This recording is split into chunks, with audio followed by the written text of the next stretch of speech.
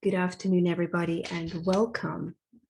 We're going to wait just a few minutes for people to begin to flow into the webinar. I am so pleased that you could join us here today. My name is Chiara Marapodi, and I am the Director of Education at the Dreaming Tree Center, as many of you know. And there is a small note in our chat box. Know that you will be muted because it makes it much easier for us to have a discussion after. In the Q&A, you can ask as much as you like. So we have a few attendees. I would like to start so that we're all respecting each other's time and we get going. So a little bit about the center. The center is dedicated to developing and showcasing events, series, and classes that support awareness, such as this one. It also supporting connection and discovery and wellness. These three tenets really set the tone for our events. Then they're embedded in self-understanding and development. We also recognize that, learning is a living process. It's dynamic, it's not static, and it's always in motion. And so lifelong learning is truly a journey, and it runs hand in hand with the journey of life. So you will see this thread in all of our events here at the center. And what I'd like to do now is to welcome our esteemed guest, Rob Gentile. We're so honored to have you here with us this afternoon and to be with us and share your message, which is a very profound message. I'm going to give a very short bio, and Rob, you can add if you wish to afterwards. Rob Gentile is the son of Italian immigrants, and his father worked in a steel mill, and you grew up in Pennsylvania. You spent a career as a sales engineer in the steel industry. You are married to your wife, Melanie, for over 30 years, and you've devoted yourselves to the special needs daughter, Maria, who is now in her 20s. And you refer to her as the pure spirit. That's beautiful. Throughout her childhood, you've grappled with difficult questions about prayer, while children must suffer, and answering some of the unexpected and in sudden ways. At the age of 56, you had a heart attack, and we're going to go into this much deeper, and you had a near-death experience, which really created the platform for self-discovery and spiritual awakening, which continues today in your life and which you shared in your best-selling book, The Quarks of Light. So during this free event, Rob Gentile will share his experiences through his near-death experience and explore the existential questions about purpose, who we are during this transformational time, and what you've outlined in your book, The Quarks of Light. You'll also discuss some ways of finding life purpose, and of course, what we're all here for, transforming pain into power and transcending this to become who we fully are. This is definitely, without a doubt, an honor for me to be here and with you, Rob. And this is a unique and life-changing webinar. So Rob, let's begin. Share with us this extraordinary experience that put things into place for you on your experiential journey and brought you to where we are today. First of all, thank you so much for having me. I'm delighted to be here, honored to share my story. I appreciate the invitation very much. So as you mentioned in the introduction, at age 56, out of the clear blue sky, I had a massive heart attack. And I'll back up a little bit so your audience understands exactly what had happened here, because it was a very freak accident. I call it an accident because 4 days prior, I had had some minor surgery in Pittsburgh, Pennsylvania, where I'm originally from. I live in the Carolinas now. But I had this to remove some bone spurs from my neck that I had gotten when I was younger from sports injuries. So it was a very minor surgery. You're in there for one night, and then you're released. And the surgery was effective, relieved my pain, and came home. And 4 days later, in my bed, about 11 o'clock p.m. in January 2016, I had a sudden and massive heart attack. And of course, now what we know is that I threw a blood clot, or a piece of plaque broke off and from the surgery, and it went right into my widowmaker, which of course is, instant death actually. So about 11 p.m., my wife calls the ambulance. We didn't know what was going on. I don't remember any of it. I passed out because the pain was so excruciating. Thank goodness we only live about 3 miles from the hospital. So the ambulance arrived, rushed me to the hospital. We're in the ER, and they knew I was having a massive heart attack. They figured that out on the way to the hospital. So they give me some blood thinners, some things to stabilize me. So what's interesting about this is that when I got there, they put me in a room. They took me out of the ER. They put me in a room. And there was a nurse there with my wife. And she said, looks like he's stable. We've called the cardiologist. And all of a sudden, out of nowhere, which I described in the book, my wife tells me it was a scene from the movie The Exorcist.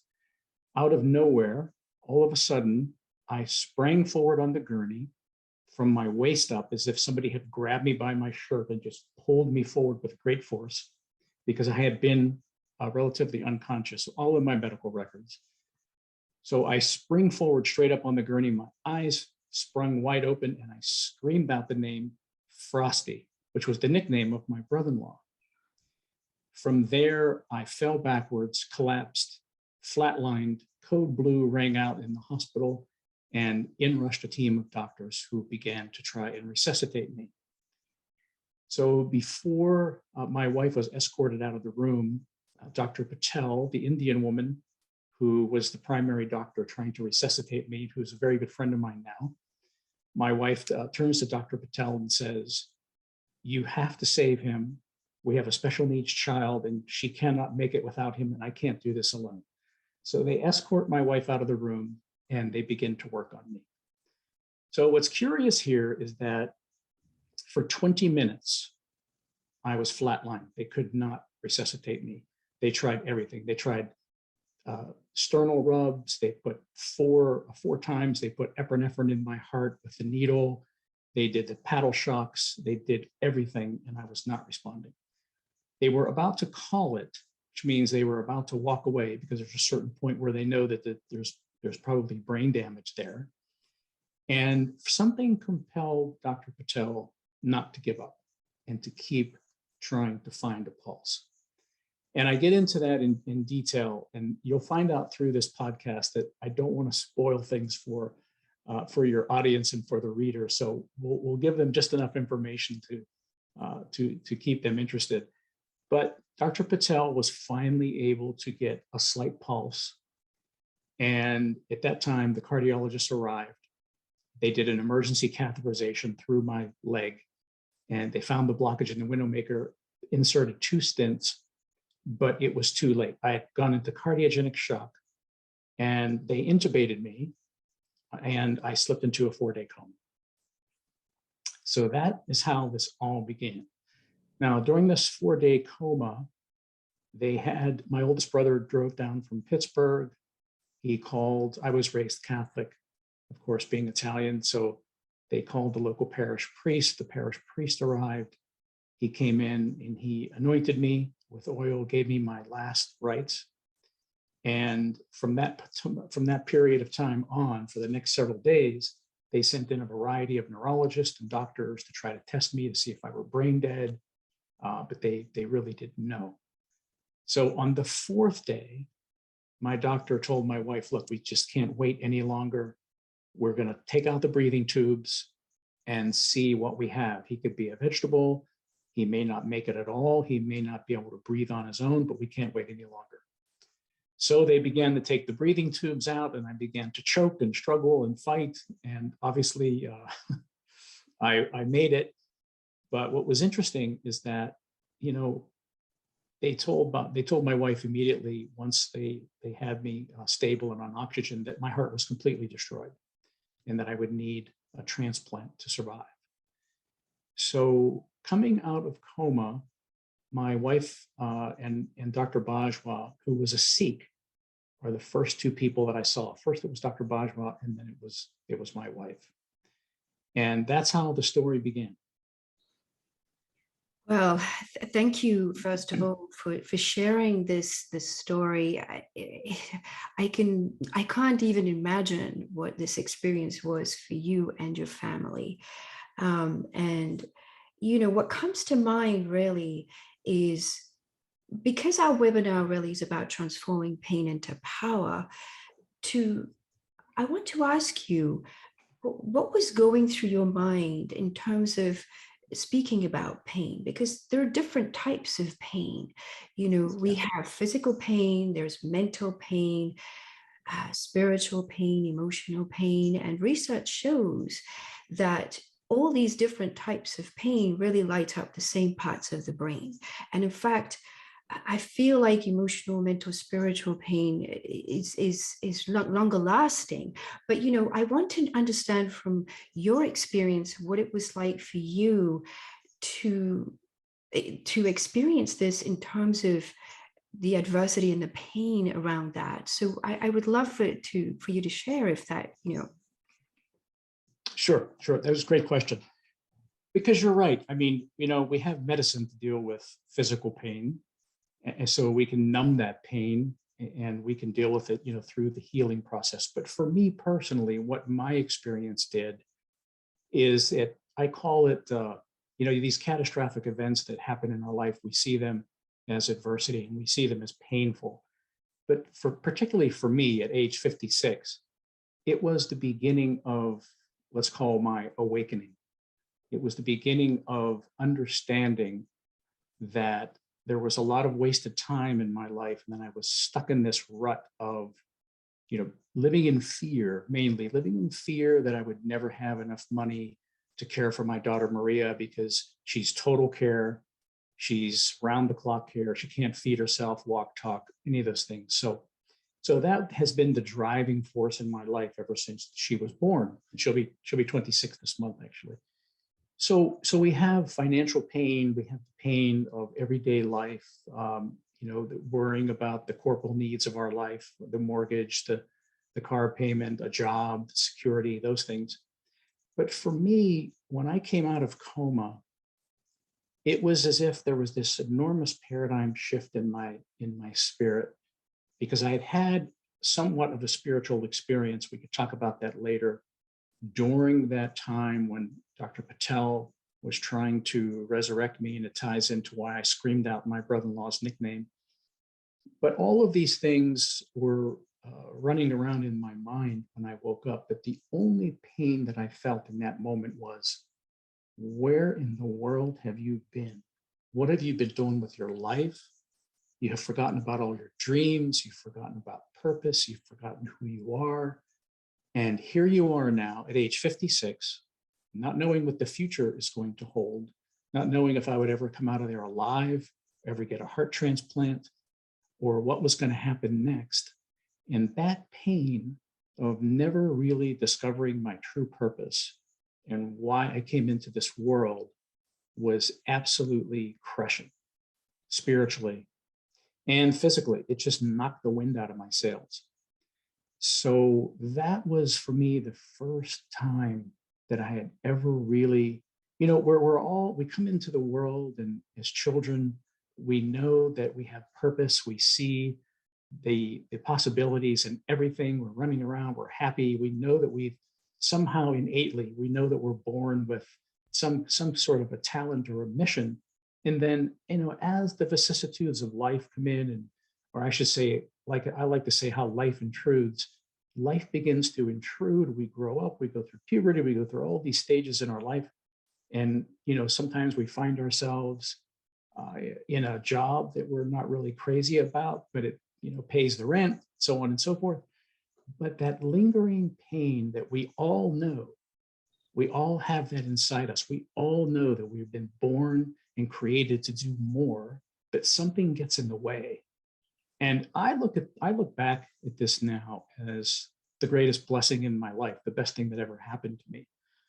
And I tell everyone, and I talk about this in my book, and this is part of why I'm going to share my message with the world, and people like you, and I'm grateful for, ask me on a podcast to share it, because I want people to know that you don't have to die to figure this out like I did and waste 56 years wandering around trying to figure out what it is that you're supposed to do here. That's such a profound message. And there's some things that really resonated with me, and I would like to pick up some threads if I may. Sure. So one of the most important things I feel that you've said with all of this is finding ourselves again with the curiosity and the magic of a child's eyes. Because really, the child is innocent. They come into the world, they learn through societal programming, through societal norms, and we become almost bound to those as we get older. And yet, if we were able to retain the innocence and the curiosity and play towards life, then we would begin to find what, unfortunately, even though it's a blessing, as you said, it took this to have an awakening for you. And, that is a really, really important point. And, I'd like to also, if you'd like to add to that, that would be fabulous. This is, I really want to drive that home because it really is in the heart and in that seeing through the child's purity, the eyes, and the playfulness and curiosity of life that we begin to explore. That's right. And I think that, and I had to learn this through my journey. And as then my journey became, okay, what do I do now? How can I find a heart? Will I ever be able to get transplanted? So on and so, how am I going to be able to move forward? Even if I get transplanted, I be strong enough to help take care of Maria? All these things run through your mind. But the most pressing thing in that moment was this question of purpose. Yes. And why, we struggle so much in life to find it. Because we can all say, and you've heard psychologists, and I've heard people tell me this my whole life, because I've always been in search of purpose. I knew I was always in search of purpose, but could never kind of like break through that veil, in this temporal world of the corporal needs of trying to make a living and all of those things. But you see, and this is why we admire the celebrity, the athlete, and the artist, and because sometimes we see these people come from circumstances that are just terrifying. Homes are abuse in the home, but yet somehow they find a way to rise above that. Somehow their talent, their purpose is able to push through the dirt, and it sprouts up. And then all of a sudden they find themselves in a different place. They find themselves living that purpose and living that dream. So because I've always questioned this, and I'm one to say that foundation in the home, what I call HT, home training, how we were raised, it is absolutely critical. That's our foundation.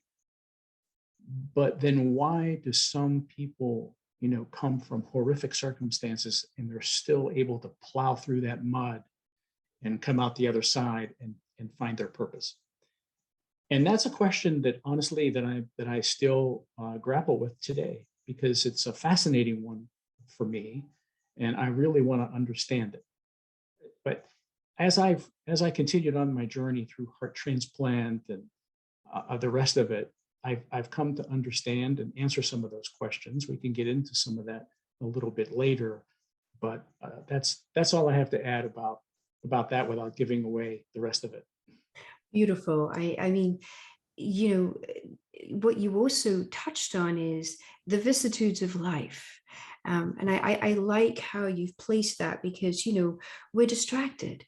We're distracted by so much. And I feel like we're distracted from the heart, in the sense of coming from the heart-centered space to life. And we're distracted by social media, by looking at other people outside of ourselves for the answers, when actually the wisdom resides within, because each and every one of us are connected. And so, the other thing that I wanted to ask you is that not finding your purpose is, like you've already said, is a form of pain all of its own, because there's a yearning for us to connect. There's a yearning to have real connection, affiliation, and belonging in integrity. And yet we're looking for it in all the distracted places which don't actually fulfill us. And that's what your message is saying to me. And that's why I'd like to pick up and weave that, because I think it's a very, very important message that we are able to be a part of society and yet to be grounded and centered in the heart and the connectedness and sense of belonging and finding our purpose within ourselves. So that's, yes. That's right. And you're right about these distractions. And that's a great way to put it, because, and I find that certainly the social media used properly, it has its place. It has its place. We know that. Of course. But what I have found through my donor, we can talk about that later, there are some people that get sucked into this unreal world, this vortex of social media. They don't understand really what it is, what they're looking at. They begin to relate to it. They begin to copy it. Copying someone else's is it's personal and emotional suicide, because they lose their identity in the process. And that's really what these distractions do. And to further that point, what I think is at the heart of all this anger, and I talk about this in my book, we're in this age of anger in our society. And it has a lot to do with these distractions. These distractions are taking us away from really, as you say, going within, because that's where the answers are, and rediscovering ourselves and rediscovering our purpose, our mission, why we came here in the first place. But all these distractions, they take away our imagination. We get covered up in these vices, whether it be alcohol or whatever that vice is. We get covered up, and all these things are doing is they're the darkness is pulling us back, and they don't want us to discover who we are and what our talents are, because these gifts, once they explode onto the canvas of life, they're life-changing, right? We've seen that, whether it's art or music or whatever that may be. So there seems to be, there's a dark force that wants to push us back, and they don't want us to find our true selves and come out of this, this kind of zombie life that we lead when we go too far into these social distractions. But I really do think that that's the heart of anger, and the heart, particularly in this generation, of suicides being at the crazy, pandemic rate that they are. And this is why I try to spread this message of identity, because that's really the only question that anyone should be asking themselves. What is the real identity of each of us personally, and the race, the human race collectively? That's really the only question we should be pondering. You're so right. And I feel like subconsciously we are looking for that. But again, we're looking in the places where there is gratification that is short, and the pleasure principle, really. But it is through, like what you have shared with us today, through the pain that we find inspiration. And that's the other weaving thread that I wanted to bring up, as the inspiration. To inspire is to take a breath, and breath is life. So, this, when you were talking, that really spoke to me, because without the breath, there is no life. So inspiration really is about the breath and light, at the end of the day. And if I may, let's talk a little bit about the darkness that you mentioned, and just to give us a rounder understanding of what you meant about the darkness drawing us in and keeping us away from that which inspires us. Sure, certainly. So I'll have to jump ahead, because this is where in my most profound near-death experience, while I was waiting for my donor heart in Chicago, I almost died a second time.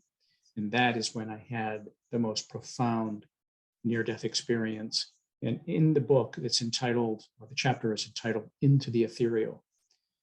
And it was there that I was taken to a place where I saw a web made of twinkling lights that almost looked like, we remember from science class what a neuron looks like. And a neuron has a nucleus inside of it, and then these tentacles that are all woven together. reaching out, stretching out. And it's the same thing that we see that our brain is made of, and our heart.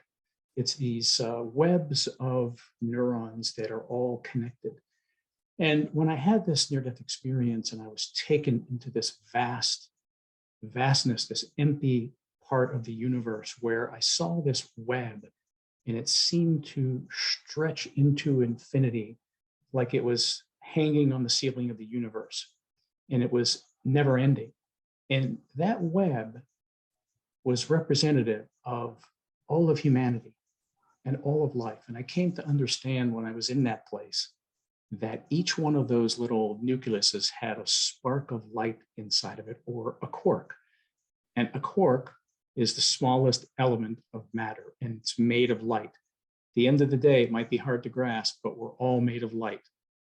So this web, and when I was there, I knew that each one of those lights represented a life. And I was curious to see that there were some parts of the web that weren't as bright as others, and there were some parts of the web that were almost completely dark.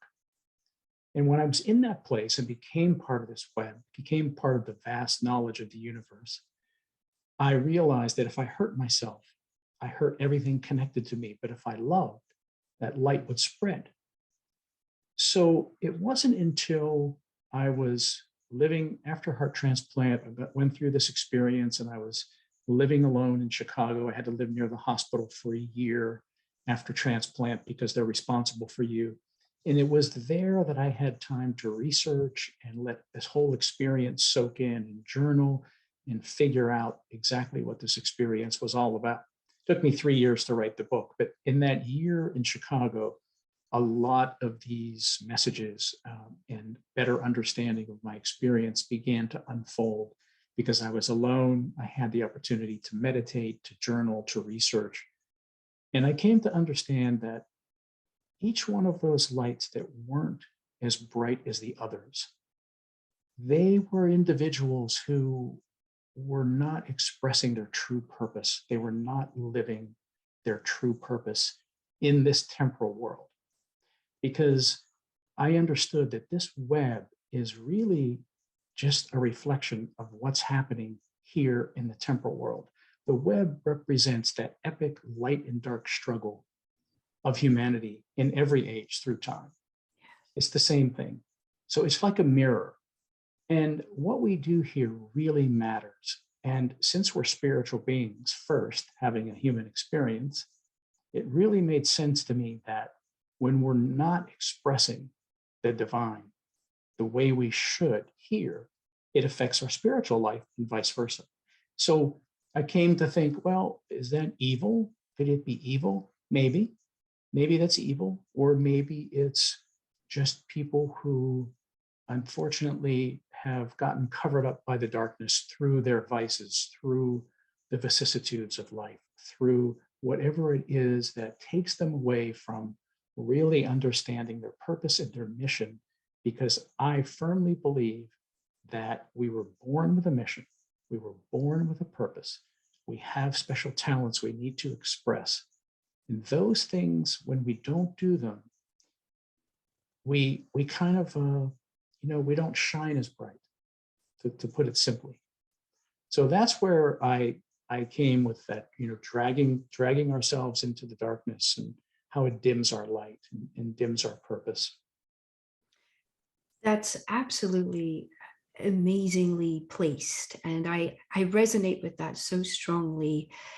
And there's some words and weavings and connections that we're making with what we're speaking about, because what stood out for me is that you said there's almost like these tentacles, the neurons all together.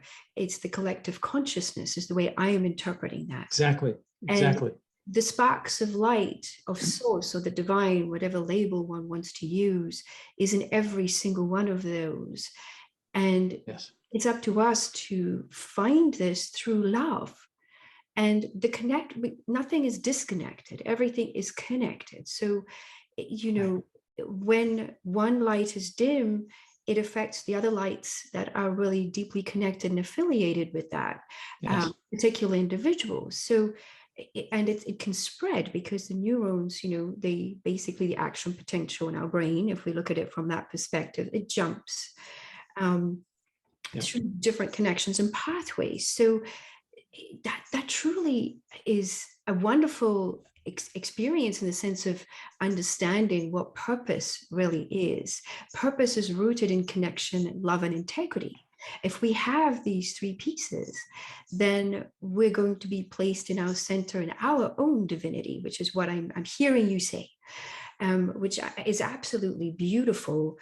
And if we come to it with that childlike mind, now I'm weaving what we said before, and the childlike idea of the purity, the curiosity, the exploring through that and play, we begin to have a different experience and aliveness, and we're transforming the pain into aliveness, which equals being in our own divinity empowered. That is truly beautiful. Rob, Yes, that's amazing. Amazing, truly. Thank you. I, and I don't know if this will read on camera, but it was kind of interesting when I was doing my research, and this is from 2017, and there's a picture of the web that I experienced on the cover, and that cover, you can only do so much with a book cover, right? But there are better pictures of this web that I have in my mind. But it was kind of interesting because in 2017 I was researching, and we could talk more about the heart. We'll get into that. We will. But because I know that's something that you would want to focus on here at the Dreaming Truth, and I love that. That's resonated with me. That's one of the reasons why I agreed to do the podcast. But I want to show you. This is a picture of a heart. Interesting. And you can see how those neurons, they're not totally connected in this rendition. It's an artist rendition, but it talks about how even the heart has its own web of connectivity, and it has its own kind of bright spots. And so whether it's the solar system, the brain, the heart, it's all kind of made of the same stuff. And that's why I think that this web kind of represents this universality of how we're all connected. I realized in that place that loneliness is just an illusion. Because how can we be lonely when we're connected to everything and everyone? Exactly. And I thank you. That's amazing. And what came to me in my little science mind is the heart actually does have neurons. They've found them scientifically. They're not exactly the same as the brain, but research shows that our experiences are registered at the heart first, and then they go to the brain, which interprets and misinterprets, if I may say, based on filtering, based on conditioning or programming, however you want to label it. But it's a bottom up and not a top down effect. So what you're saying and what you experienced is corroborated by the material world in terms of understanding it through this neurobiology. And that fabulous. It's fabulous. Well, we'll talk about that now. Yes, please. I was going to say the same. Let's go. Well, good, because while we're on the subject, because what I learned when you have another human being living inside you, you're compelled to do an awful lot of research, which I did about the heart. So what I found interesting about the heart, and to your point, is first of all, as we know, it's basic, biology, is that the heart forms first in the mother's womb. Yes. It has to, because it's the heart that pumps the blood and oxygen and nutrients the rest of the body into the brain. So the heart forms before the brain. So the heart itself, and they have actually, and I talk about this research in my book, they've actually located those cluster of cells that is the brain of the heart. Yes. Now, what's interesting is that the heart communicates with the brain in four ways. It communicates neurologically, it communicates biochemically, it communicates biophysically through pulse waves, and then the most interesting part and mysterious part, which relates to our intuition, we can get into that, and how we're able to communicate with other human beings through body language, without even saying a word, and even the animal kingdom. Yes, I was about to say. Is the heart communicates the most effectively through electromagnetic waves, much like a radio. These electromagnetic waves are so powerful, they're actually 100 times more powerful than the electromagnetic waves that come from the brain. And they can be detected in a 3-foot radius around a person. So one can call it one's aura, but it is actually just like a wireless radio, like I mentioned. You know, when Marconi developed the radio back in the day, all of his friends thought he was insane and locked him up in an insane asylum. You can't, you could send music and information through invisible electromagnetic waves. You're crazy, get out of here, right? But that's how the heart communicates. And that is how we communicate with one another as a couple, as a race. There have been a lot of studies done where they place, and I cite one of those in the book, where they place a couple, a married couple, in a room together, and they ask them to gaze into each other's eyes. And within minutes, their heartbeats are synchronized perfectly. I'm not surprised. So they found that this heart wave, the perfect heart wave, is called the Meyer heart wave. And music like the Ave Maria, by the way, puts the heart in a perfect Meyer wave. They also found that negative energy, negative thoughts, violence, anger, hatred, obviously throw our neurological system into chaos. The heart gets thrown into chaos. It doesn't function properly. But joy, kindness, love, those things put the heart into that Meyer wave. And when we think about how connected we all are, when we're in that Meyer wave and our heart is beating that way, and if it could be felt 3 feet around us, this is why we say that, wow, the energy, I could really feel the energy of that person. When you're tuned into that, that's what you're feeling.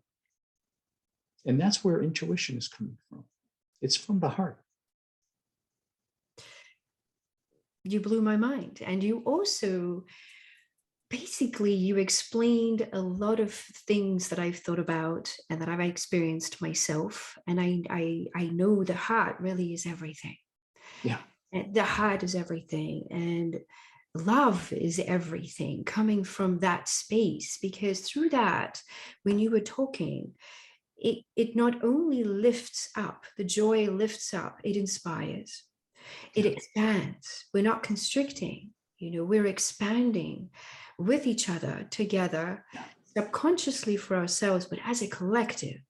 And so the power of transformation of what you just have expressed and explained is beyond the ability for us to explain in the English language, which reduces things. It's a feeling, it's a being, it's a felt sense. It's not a doing with the mind. And this is something that's cultivated because in our society, like we've spoken just before, the cultivation is about knowledge and facts and the vicissitudes, for gratification that is short-lived. But this is expansive beyond anything else that we have cultivated up until this point.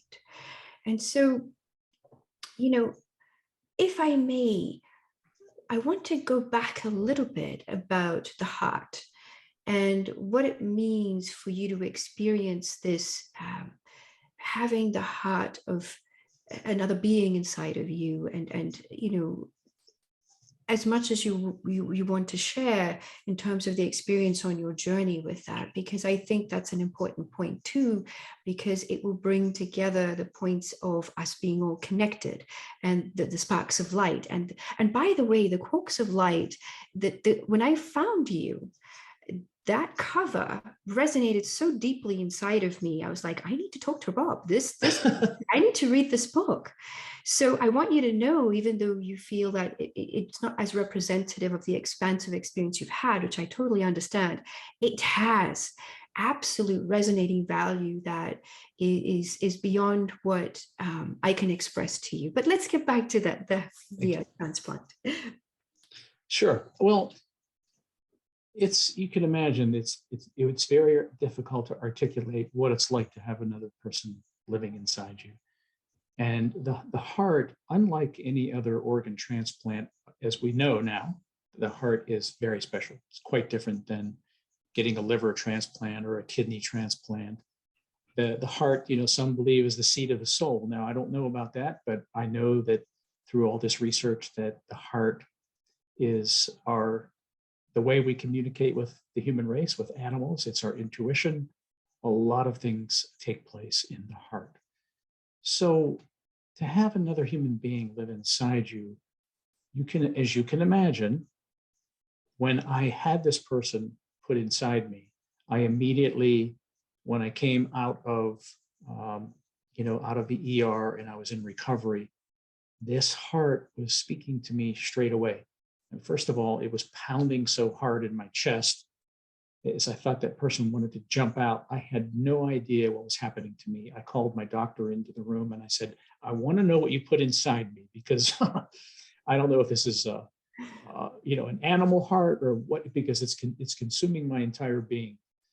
And this doctor that I had, who was the doctor that goes out and finds the heart, not the transplant surgeon, had a very dry sense of humor. And he just looked at me and he said, well, we put a jaguar heart in you, kid. And he winked and walked out of my room. So me being so naive, I immediately told one of my nurses, I said, I want you to get on the internet and find out if I've actually been transplanted with a jaguar heart, or is that possible, or is this a human being?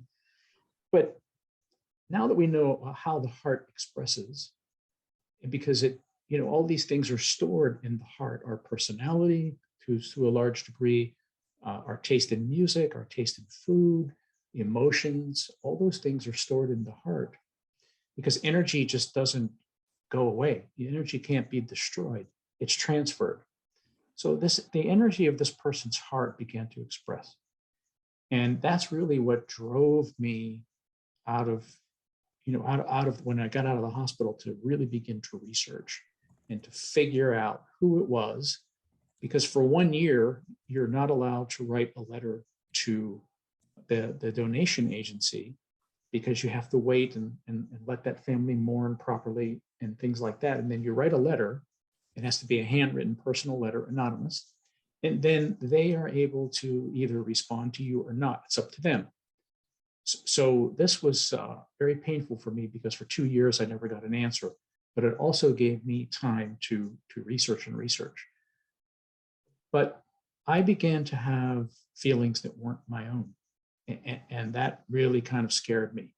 I've never been a person to have to be moody or have any morose feelings or anything of depression. And I had to sort those things out, because I didn't know if it was coming from the fact that I wanted to go back to that place of unity and wonder and love and light, where we are all connected. And all I had to do was think about a question and it was answered in my mind. It just came to me. I wanted to go back to that place. And I got to see my daughter, who has never spoken to me, but in that place, I saw her perfect and whole. So I didn't know if it was depression because I didn't want to be in the world anymore. That was part of it. Or these feelings were coming from this other person. So it took a while to separate those two. And I realized after time that they were two totally separate things. Number one, I didn't want to be here. I didn't know where I belonged. And secondly, this person was expressing in me. So once I got that all sorted out, that's where the really interesting part of the journey began. Because after that second year, I found out who it was. I met the father, and he brought a computer and a book of this person and artwork of this person, and began to tell me about all of the so-called coincidences, which I don't believe in coincidences. I believe that coincidences are God's way of remaining anonymous. And I was just absolutely stunned and amazed how this person, I believe, their purpose was to end up in me. And that may sound far-fetched, No. but even my transplant surgeon, after reading my book, says to me that I believe that this person was destined through that web that connects us all, because this person's life was far from ideal, but yet this person had the same artistic talents as my mother, loved special needs children, always wanted to work with special needs children, but never got the opportunity, drew the same pictures as my mother did, loved the same flowers that my father did. Both my mother and father are passed on. But it was almost as if, and even her best friend said, if this person could have picked the person that the heart went to, it would have been you. So this is where I'm going to come full circle now and really freak you out, because this is where I believe purpose ties in, because that person's purpose, I believe, was to end up here and to continue expressing through me, which also is my purpose. So our purposes are tied together. We're working in parallel now. I've never written a book before, but I never knew that I would have to die to find out what my purpose was and to have it come through another being in order to figure it all out. So it's this really kind of romantic tale of how two people met in the ethereal. I'm sure I knew this person before we came here, just as I'm sure I know now that Maria's mission was to show up as the way she is. But all of these things are connected. It's all woven together in this beautiful tapestry of lights that I saw that represented each person hanging on the ceiling of the universe and extending into infinity. And that is where we're all from and how we're all connected. That's just amazing and beautiful. And this isn't weird at all, believe me. I Good. Not at all. I am grateful to you for transforming this painful experience into a sharing that an expression that we can, through you, for want of a better term, begin to support us to transform our own pain into an expansion rather than a contraction. And for the spiritual understanding that everything is connected, and that, yes, from your experience, you knew that there was a connection before this happened in a different, if we can call it, dimension or place that happened already and was connected to you through your journey. That truly is absolutely amazing to me. So at this point, I would like to ask you what aliveness means to you, because from my perspective, transforming pain into an expression of expansion or power really is also about aliveness. So what does that mean to you? Well, I have to tell you, and I love the question. And as you can see, I like to answer questions with stories, because I really believe that the brain, I think we're hardwired, from the time that we were evolving, we're hardwired to absorb information better through stories. And yes. So I have to share this story because it's amazing. Because when I came out of the hospital, as I mentioned to you, so I was going through this period, particularly the first 6 months. Frankly, I was getting very depressed. I was actually getting concerned about it, because here I was, instead of being grateful, and I was, but I was grateful for the fact that my employer helped me get a heart, for the fact that I was able to get transplanted, that I was able to come back here and help my wife and daughter, all of these things. It was such a conflict, but yet I didn't want to be here. I wanted to be there. I understand that feeling. within my own personal experience, let me say, I understand where you're coming from. Good.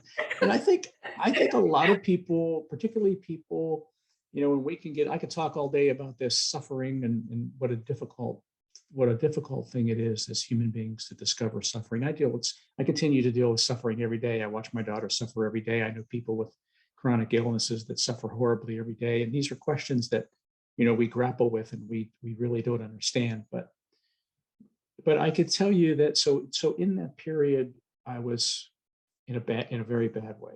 And my boss, who's Chinese, who was an atheist but got converted to Christianity, it's kind of a funny story, calls me up one day and he says, "Listen, I know you're going through a hard time," because I was already working part-time. I really never stopped working. And he said, I want to bring one of our pastors by to see you today after church. And I said, "Nah, you know what, Paul, I'm really not." I said, "He's Chinese and, does he speak English?" And he said, "Well, yeah, he speaks English well enough for you to understand him." And I said, "Yeah, but I'm okay. I'm really not interested." He said, "No, I'm coming." And I said, "Okay." So I'm in Chicago and I'm sitting on the front porch. It's a nice fall day. And here these two Chinese guys pull up, and my boss goes into the apartment because he knows that this guy, I need some privacy to talk to this guy. So this guy comes walking up the steps. He's an older gentleman, short Chinese man, salt and pepper hair, and his name is Pastor Man, M-A-N. And Pastor Man comes up. I'm sitting at the table on the porch, and he, slightly bows and he extends his hand. "Hi, I'm Pastor Man," and he sits down. And we begin to talk. And the whole time, this guy is staring right through me, just smiling. Meanwhile, I've broken down into tears because since he's a stranger, I probably never see him again. I could tell him about all of my, all of my concerns that, "Hey, I don't know what to say to you because I feel so guilty, number one, for getting a heart, because there were people on my floor that didn't get a heart. And I watched them die, young people. And I feel guilty that I'm the one that's here, but I don't feel grateful about it." And I said, "Most importantly, I have no idea where I belong, because I want to be back in that spiritual realm." Right. And finally, the guy, he looks away, then he looks back at me and he said, "The solution to your problem is very simple, actually." I said, "Oh, okay, tell me." And he said, "The problem is that you have grown too fat during your spiritual experience, being fed all that spiritual energy. And he said, the only way for you to get thin again while you're here on earth is to give back to the divine by serving others.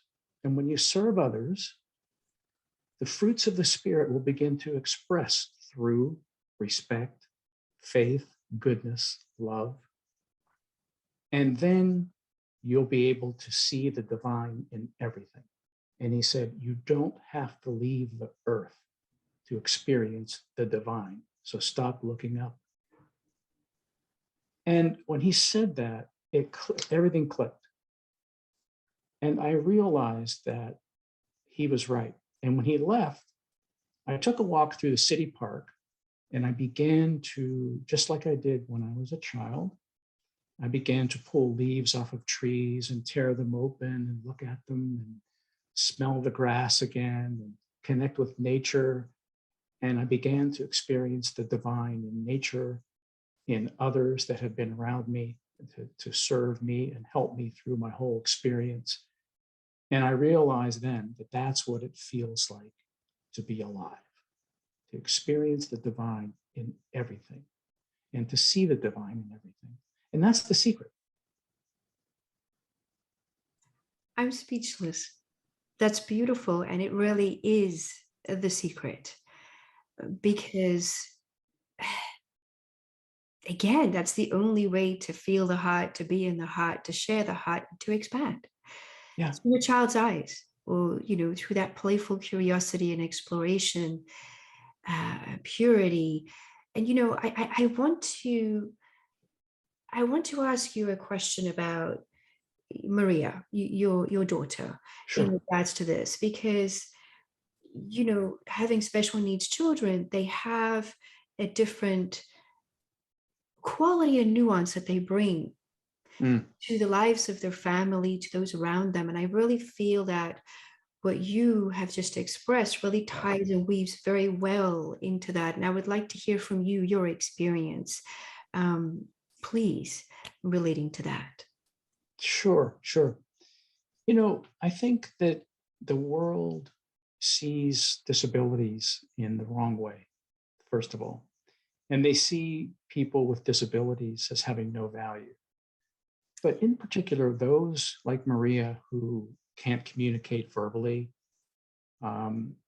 there's a special quality about them. And because of this, we have built around us, my wife's a pharmacist, and she's an integrative medicine pharmacist, and she's helped a lot of other families with special needs kids, whether my daughter has Rett syndrome, which is very severe, or autism. So we have this community of all of these special needs people around us that we're aware of. And I have to say that they don't have the kind of qualities that we have, in terms of they don't have the ability to judge or to hate. Yes. They have no ulterior motives, because their brains aren't connected in a way saying that, oh, if I act like this, I'll get that.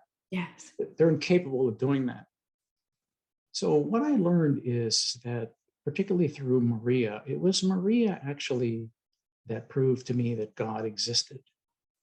Because there was a time when Maria was going through this difficult period of failure to thrive. This is a very personal story, but I'm going to share it with you since you asked. And she was going through this very, very difficult period of failure to thrive. And she was she had horrible digestive issues. She would pass Whole Foods, or then she couldn't, relieve herself at all. All these terrible things were happening. So this was a number of years ago. So I began to give her coffee enemas to stimulate her, which were very effective.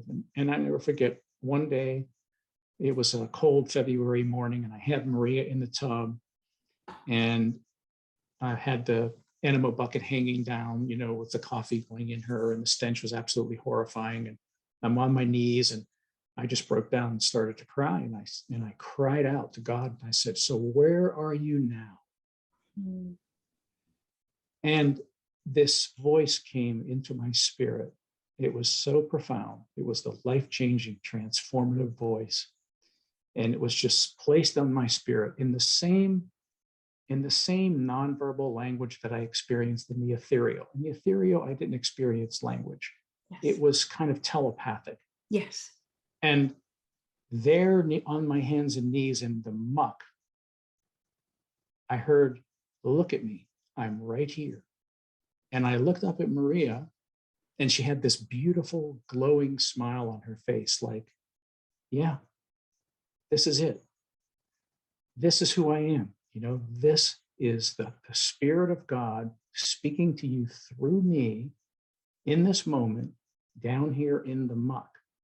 And, that experience made me realize the value of children like Maria, because we can almost hear God whispering, "Thank you for allowing me to express through you, because this is my real nature. I'm love. And love is the universal language I speak through all of my creations. And it's through vessels like you that it comes through so clearly, if we're willing to listen." I have to say, I've had to fight back the tears, because I could feel your story, and I want to thank you for sharing that. You're welcome. Because it truly is profound, and I am in agreement with you. I feel special needs individuals are so valuable, and so an expression of the divine, of compassion, of purity. There's no deception, and right. Humans hide behind deception. They try and use that to tell themselves that it's okay to act in ways that don't feel like they're in integrity or in their truth. Right. I cannot express to you the gratitude I have for you expressing this, sharing this, and sharing your message, because we need more love on the planet.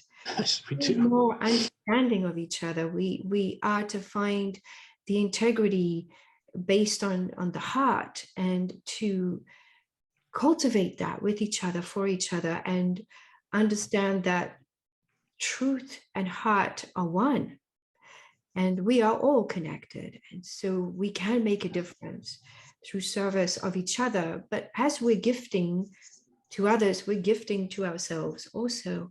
It's a co-creation. I always feel that it's a co-creation. Very much so. Yeah, good way to put it. So we're coming to the top of the hour, and I don't really want to stop, because we can talk as long as all day, but we have come to the top of the hour. So I'd like to invite you to share any closing remarks that you have, transforming pain into the expansion of being empowered in the heart, how that presents itself, how to embrace that, and giving hope through pain, with courage, because Maria has shown us that really she is hope and she is courage.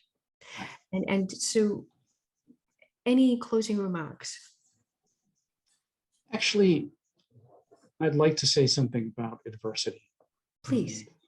Because this is something that it's a topic that everybody shies away from. Everybody's afraid of adversity, afraid of suffering, Yes. all of these things. You and I have talked about that during this hour.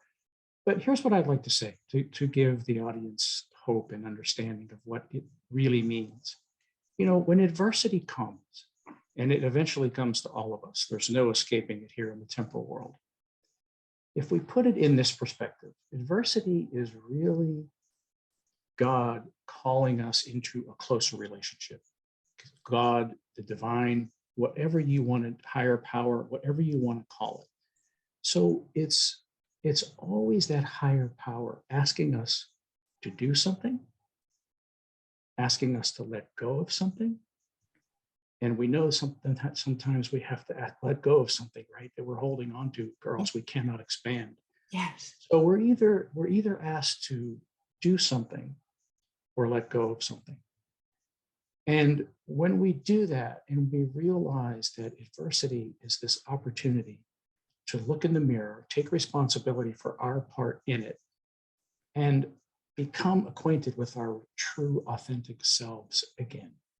Because when we do that and we realize that how we allow the divine to express through us while we're here is really all that matters. The rest is folly. Beautiful. Very, a very touching message, Rob, and I want to thank you so much for that. You're so welcome. And I would like to open it to Q&A, but I'm going to stop the recording for that. I'm just going to pause it. So let me do that. Give me just a little bit. I'd like to take this opportunity to thank you, Rob Gentile, for this wonderful presentation and sharing, and for all of you for choosing to be with us here today for this transformational event. And this webinar will be recorded, and you will receive a copy of that. And I hope that you'll be able to join us again for the next event at the Dreaming Tree Center. Thank you again. Thank you for having me.